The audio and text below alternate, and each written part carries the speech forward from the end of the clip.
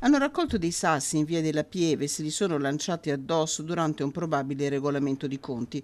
Erano le 13 quando una rissa si è scatenata in queste viette nel cuore del centro storico di Padova, tra via Santa Sofia e via San Francesco. Alla fine in tre, tutti magrebini, sono finiti in ospedale.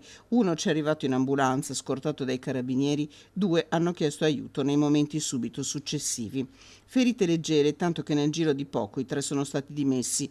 Lungo le strade dal sapore antico ci sono pochissime persone, qualche studente, qualche turista, a vincere è il caldo, ma chi ancora lavora qui accetta di parlare di spalle e raccontarci. Questa strada, insomma, viene usata anche per spacciare, per esempio.